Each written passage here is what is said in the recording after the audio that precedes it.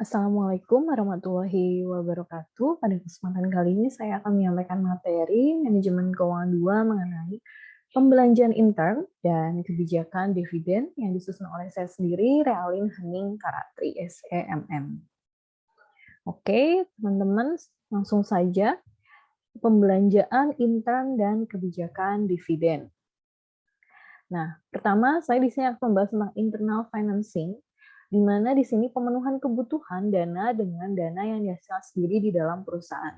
Nama internal berarti dananya ini dipenuhin oleh dana yang dihasilkan oleh sendiri, misalkan dari laba atau laba yang ditahan ya, yang berasal dari depresiasi. Nah, laba ditahan versus dividen, teman-teman di sini harus bisa membedakan. Laba ditahan atau retaining earning merupakan salah satu sumber dana yang paling penting untuk membiayai pertumbuhan perusahaan. Jadi laba ditahan ini digunakan untuk membiayai pertumbuhan perusahaan. Sumber dana yang paling penting. Sedangkan kalau dividen merupakan pembagian keuntungan kepada pemegang saham. Jadi simpelnya, ketika perusahaan A sudah go public, perusahaan A itu dimiliki sahamnya oleh masyarakat luas, oleh beberapa investor. Nah, ini pembagian dari keuntungan itu disebut dengan dividen. Jadi ketika perusahaan mendapatkan keuntungan, nah keuntungan ini dibagikan oleh si pemegang saham gitu ya. Karena kan sahamnya boleh dimiliki orang banyak, tidak hanya CEO, tidak hanya yang punyanya aja gitu. Nah, kalau laba ditahan tadi itu dia sumbernya, jadi pemasukannya yang nantinya bisa menjadikan dividen seperti itu. Kedua hal tersebut selalu bertentangan, sebab jika makin tinggi tingkat dividen yang dibayarkan, berarti makin sedikit laba yang dapat ditahan, dan sebagai akibatnya menghambat tingkat pertumbuhan dalam pendapatan dan harga sahamnya. Di sini kenapa bertentangan, teman-teman? Secara laba yang ditahan itu laba yang merupakan sumber dana, di mana labanya ini disimpan karena belum tahu tujuannya gitu ya. Kemarin sudah saya sempat bahas tentang laba yang ditahan. Nah, di sini karena laba yang ditahan ini belum tahu tujuannya, itu prosesnya mau dipakai buat apa, untuk membiayai apa. Nah, di sini sangat bertentangan dengan pembagian dividen, karena kalau ketika si pembagian dividennya itu banyak, tentu laba yang ditahannya akan lebih sedikit, seperti itu logikanya. Nah, ada faktor-faktor yang mempengaruhi kebijakan dividen suatu perusahaan. Yang pertama, posisi likuiditas perusahaan. Yang kedua, kebutuhan dana untuk membayar utang. Yang ketiga, tingkat pertumbuhan perusahaan. Dan yang keempat, pengawasan terhadap perusahaan. Nah, di sini kalau posisi likuiditas perusahaan ini teman-teman sudah tahu ya, posisi likuiditas berarti modalnya. Terus kalau kebutuhan dana untuk membayar utang ini udah jelas, yang mempengaruhi kalau misalnya perusahaan itu memiliki utang di bank, ini sangat mempengaruhi pembagian dividen.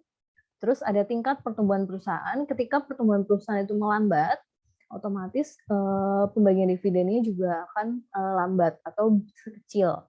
Terus pengawasan terhadap perusahaan ini juga, ketika pengawasan ternyata ada yang korupsi seperti itu, nah atau ada yang tidak sesuai dengan RAB, rencana anggaran di awal, tentu nanti dividennya juga akan tidak sesuai gitu. Karena kan ini makanya penting diawasin perusahaan itu agar pembagian dividennya itu tepat. Lalu ada macam-macam kebijakan dividen. Macam-macam kebijakan dividen ini, yang pertama kebijakan dividen yang stabil, yang kedua ada kebijakan dividen dengan penetapan jumlah dividen minimal plus jumlah ekstra tertentu, lalu ada kebijakan dividen dengan penetapan dividen payout rasio yang konstan, dan yang terakhir ada kebijakan dividen yang fleksibel. Nah, ini ya, saya akan membahas yang pertama yaitu macam-macam dari kebijakan dividen. Nah, di sini pertama kebijakan dividen yang stabil tadi. Di sini teman-teman bisa lihat jumlah dividen per lembar dibayarkan setiap tahunnya relatif tetap selama jangka waktu tertentu, meskipun pendapatan per lembar saham per tahunnya berfluktuasi. Jadi, dividen yang dibayarkan ke pemegang saham itu tetap nggak berubah dari awal, sesuai dengan perjanjian. Mau sahamnya itu naik, sahamnya itu turun gitu ya, fluktuasi, tetap yang dibayarkan dividen ke pemegang saham itu sama. Misalkan awalnya 1% dari keuntungan. Nah, padahal si saham itu lagi drop, tetap yang dibayar ke pemegang sahamnya itu dividennya tetap 1%. Terus pas lagi naik, misalkan si dividen tuh bisa diberikan 2%, tapi karena ini kebijakan dividen yang stabil, otomatis sesuai dengan yang di awal yaitu 1%. Nah, ini pendapatan per lembarnya, ini sahamnya ya, teman-teman naik turun fluktuasi, tapi dividen per lembarnya akan tetap. Tuh, seperti ini akan tetap walau waktunya jangka panjang. Kayak gitu. Hubungan antara besarnya pendapatan dengan dividen per lembar saham yang stabil ya, ini gambarnya. Nah, lalu ada kebijakan dividen dengan penetapan jumlah dividen minimal plus jumlah ekstra tertentu. Di sini kebijakan ini menetapkan jumlah rupiah minimal dividen per lembar saham setiap tahunnya. Jadi tiap tahun ditetapkan jumlah dividennya. Dalam keadaan keuangan yang lebih baik, perusahaan akan memberikan dividen ekstra di atas jumlah minimal tersebut. Jadi ketika keuntungannya banyak, si perusahaan itu akan memberikan dividen itu ekstra gitu ya, lebih dari si minimal dividen per lembar tiap tahunnya. Jadi misalkan tiap tahun kesepakatan 1%, tapi ternyata perusahaan bisa mencapai keuntungan lebih. Nah, ini si perusahaan bisa membayar dividen ke pemegang saham itu bisa sampai 5% karena ekstra gitu ya. Bagi pemodal, ada kepastian akan menerima jumlah dividen yang minimal setiap tahunnya. Meskipun keadaan keuangan perusahaan baik, maka pemodal akan menerima dividen minimal tersebut ditambah dengan dividen tambahan. Jadi ini lebih enak dibanding yang kebijakan dividen stabil, karena ketika perusahaan turun, dia akan mendapatkan minimal, tapi ketika perusahaan mendapatkan keuntungan yang lebih besar, si dividennya juga pemegang sahamnya akan mendapatkan ekstra atau dividen tambahan. Nah, lanjut ini ada kebijakan dividen dengan penetapan dividen payout ratio yang konstan. Di sini perusahaan yang menjalankan kebijakan ini menetapkan dividen payout ratio yang konstan, misalnya 50%, berarti bahwa jumlah dividen per lembar saham yang dibayarkan setiap tahunnya akan berfluktuasi sesuai dengan perkembangan keuntungan neto yang diperoleh setiap tahunnya. Jadi di sini pendapatannya juga fluktuasi, dividennya juga akan berfluktuasi gitu ya. Kebijakannya menetapkan payout ya 50% akan berfluktuasi juga dividennya, seperti itu. Hubungan antara besarnya pendapatan dividen ya, ini ya, antara ini. Tapi ini menggunakan payout ratio yang konstan 50%. Nah, yang terakhir macamnya itu ada kebijakan dividen yang fleksibel. Di sini penetapan dividen payout ratio yang fleksibel yang besarnya setiap tahunnya disesuaikan dengan posisi finansial dan kebijakan finansial dari perusahaan yang bersangkutan. Jadi di sini payout-nya fleksibel, kalau yang tadi payout-nya itu tetap, kalau yang ini fleksibel. Jadi besarnya setiap tahun disesuaikan dengan posisi finansial dan kebijakan dari perusahaan. Jadi misalkan lagi naik, berarti dividennya naik. Tapi kalau lagi turun, ya berarti mendapatkan dividennya juga kecil. Seperti itu, fleksibel. Lanjut ya, teman-teman, ini ada stok dividen. Di sini pemberian tambahan saham kepada para pemegang saham. Jadi yang dikasih nggak hanya dividen, kalau stok dividen, tapi dikasih juga saham gitu ya. Penetapan stok dividen berarti suatu kapitalisasi dari sebagian laba ditahan. Ini berarti bahwa jumlah laba ditahan akan berkurang dengan besarnya keuntungan yang dikapitalisir. Ini udah jelas karena si pemegang saham dikasih saham, otomatis keuntungannya akan berkurang atau laba yang ditahan itu akan berkurang. Saya di situ. Contoh, suatu perusahaan sebelum menetapkan pemberian stok dividen mempunyai struktur modal sebagai berikut. Ada saham biasa 1.000 nominalnya dan 4.000, berarti totalnya 4 juta. Agio sahamnya atau kapital surplusnya 2 juta, laba ditahannya 14 juta, maka jumlah modal sendirinya kita jumlah yaitu 20 juta. Misalkan ditetapkan pemberian stok dividen sebesar 10%, yaitu sebanyak 400 lembar tambahan saham, harga pasar saham perusahaan tersebut Rp1.500 per lembarnya. Untuk pemilik 10 lembar saham akan menerima saham tambahan sebanyak 1 lembar saham. Nah, struktur modal sendiri dari perusahaan tersebut setelah penetapan pemberian stok dividen tersebut akan nampak sebagai berikut ya. Setelah dikasih pemberian stok dividen. Tadi dikasih 400 lembar, berarti jadi 4.400 ya teman-teman perbedaannya. Nah, terus ini di ini ya 4.000 jadi 4.400. Terus agio sahamnya berarti jadi 2.200.000 ya teman-teman, karena kan tadi ditambah apa namanya 10%, berarti 10% dari 2.200.000 berarti 2.200.000.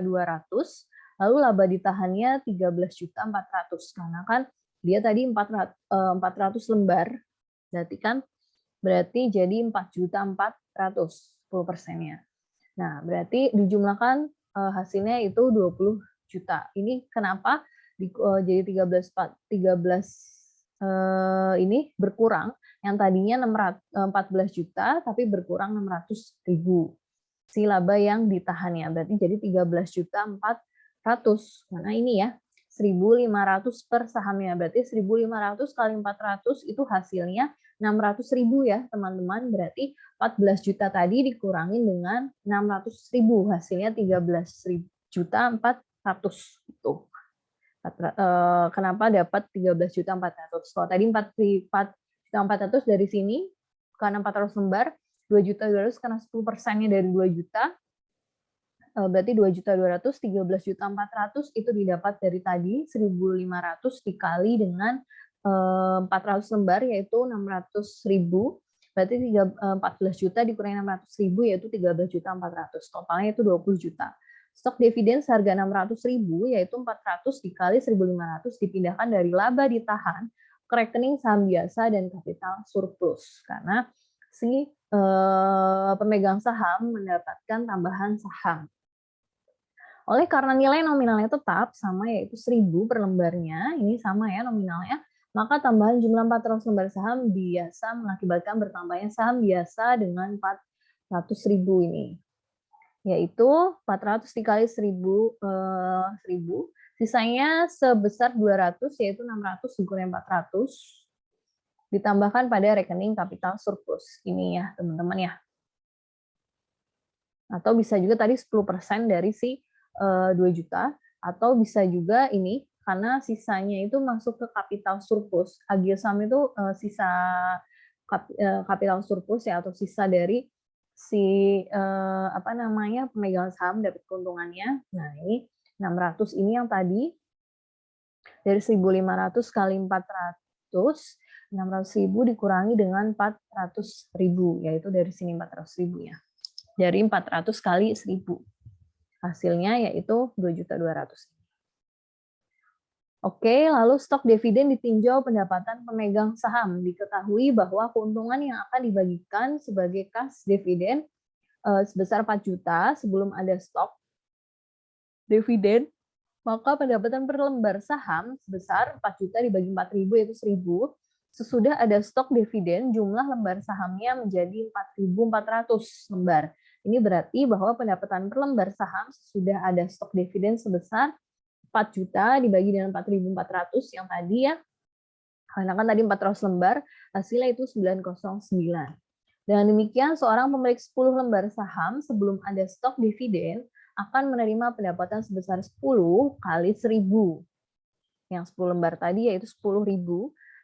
Sesudah ada stok dividen, pemilik 10 lembar saham akan menerima 1 lembar sahamnya menjadi 11 lembar karena tadi ada tambahan pembagian saham. Pendapatan yang diterima jadi 11 lembar, yaitu 11 dikali 909, hasilnya 999 dibulatkan menjadi 10.000. Dengan demikian, secara teoritis adanya stok dividen tidak akan mengubah pendapatan pemegang saham. Jadi dengan adanya tadi yang sudah dijelaskan perhitungannya, teman-teman bisa paham kalau adanya pemberian stok dividen itu tidak akan mengubah pendapatan si pemegang saham. Nah, lanjut ada stok dividen ditinjau kekayaan pemegang saham. Di sini, seorang yang memiliki 100 lembar saham sebelum stok dividen akan mempunyai kekayaan sebesar 100 kali 1.500 yaitu 150.000. Sudah ada stok dividen, secara teoritis harga pasar saham per lembarnya akan turun. Berarti 1.500 1 min 1,0 dibagi 1,10 1,36,36. Dengan demikian, harga pasar per lembar sahamnya akan menjadi 1.500 dikurangi ini ya, teman-teman ya. Hasilnya yaitu 1363,64. Sesudah ada stok dividen, pemilik 100 lembar saham akan menerima 10 lembar sehingga menjadi 110. Ini ya, kan diketahui 100 dari 100 jadi 110. Nilai kekayaan atas 110 lembar saham tersebut yaitu 110 dikali 1,364 yaitu 150.000. Dengan demikian, secara teoritis adanya stok dividen tidak akan mengubah kekayaan si pemegang saham. Jumlah kekayaan atas saham yang demikian sesudah ada stok dividen tidak memberikan sesuatu yang berarti kecuali tambahan sertifikat saham. Jadi balik lagi, kalau pemberian stok dividen itu dilihat dari si kekayaan pemegang saham karena tidak berpengaruh sama sekali si pemegang saham itu ketika diberi saham itu hanya mendapatkan sertifikat saham berarti itu. Lanjut untuk stok split teman-teman. Tadi ada stok dividen dan ini stok split. Berarti pemecahan jumlah lembar saham menjadi lembar yang lebih banyak dengan pengurangan harga nominal per lembarnya proporsional. Jadi kita teman-teman bisa lihat ada saham biasa yang tadi ya, ini contohnya sama. Lalu ketika sudah ada stock split, berarti ada 2-to-1 stock split. Nah, ini berarti saham biasanya 500. Ini 8.000 lembar setelah ada stock split. Kita lihat dari 1.000, kita rubah jadi 500 stock splitnya dari 4.000 2 kali lipatnya. Ketika nominalnya lebih kecil, otomatis lembarannya akan menjadi lebih banyak. Karena kan 4 juta ya, biar bisa hasilnya 4 juta. Lalu ada agio surplusnya 2 juta, dan laba ditahannya sama 14 juta, yaitu nominalnya 20 juta. Dengan demikian perubahan hanya nampak pada nilai nominal per lembar. Jadi nilai nominal per lembarnya terlihat lebih murah, tapi jumlah lembar sahamnya lebih banyak. Tujuan utama stock split ini teman-teman harus tahu di sini untuk dapat menempatkan sahamnya dalam trading range yang lebih populer. Jadi biasanya digunakan kalau kayak gini itu buat di trading yang ada di pasar modal. Nah, nanti teman-teman kalau main trading itu mesti mencari nominal atau harga yang murah, tapi lembarnya bisa beli banyak. Nah, itu gitu. Ini biasanya digunakan dalam trading untuk stock split. Nah, ada pembelian kembali saham atau repurchasing of stock. Di sini ada suatu perusahaan, teman-teman, lalu mempunyai kas yang berlebih di satu pihak. Setelah itu tidak ada kesempatan investasi yang menguntungkan di pihak lain. Jadi ketika dia punya kas lebih, tapi dia bingung mau investasi di mana karena tidak ada yang menguntungin. Cara paling baik bagi kepentingan pemegang saham yaitu ini, mendistribusikan dananya. Pendistribusian dana tersebut dapat dijalankan dengan pembelian kembali saham ataupun dengan membayarkan dana tersebut sebagai cash dividen kepada para pemegang saham. Jadi di sini didistribusikan dananya ketika bingung, udah punya kas lebih tapi investasi bingung mau ngapain, nah kita distribusikan dananya. Dananya ini untuk pembelian kembali saham ataupun dengan membayarkan dana sebagai cash dividen kepada pemegang saham. Jadi contohnya suatu perusahaan punya pendapatan dan dari harga pasar keuntungan netonya 1 juta, jumlah saham yang beredar 10.000, pendapatan per lembar saham 100.000, lalu harga saham per lembar itu ada 1,425 dan price atau earning ratio-nya berarti 14,25. Perusahaan akan mendistribusikan 750.000 dari sejuta ini ya dengan cara pemberian cash dividen atau dengan cara pembelian kembali saham. Kalau investor menghendaki cash dividen, nilai dari saham sebelum dividen dibayarkan yaitu 75, yaitu dividennya sebesar berarti 750.000 dibagi dengan 10.000 ini jumlah sahamnya, yaitu 1425 sehingga menjadi 1.500 seperti itu. Jadi 750 dibagi 150 ditambah 1425 menjadi 1.500. Sekarang perusahaan mengadakan pembelian kembali saham dan membuat tawaran kepada pemegang saham dengan harga 1.500 ya menjadi 1.500 ini, maka jumlah yang dapat dibeli dengan 750 ini tawarannya yaitu 750 sebanyak 500 lembar. Pendapatan per lembar saham sudah pembelian kembali saham akan menjadi 1 juta ini awalannya keuntungannya dibagi dengan 10.000 ini jumlah saham yang beredar dikurangi dengan 500 karena dia akan mendapatkan 500 dengan harga 1.500. 750 bagi 1.500 kan hasilnya 500 ya, teman-teman. Nah, dikurangi 500 berarti pendapatannya dia menjadi 105,26. Gitu pendapatan per lembarnya.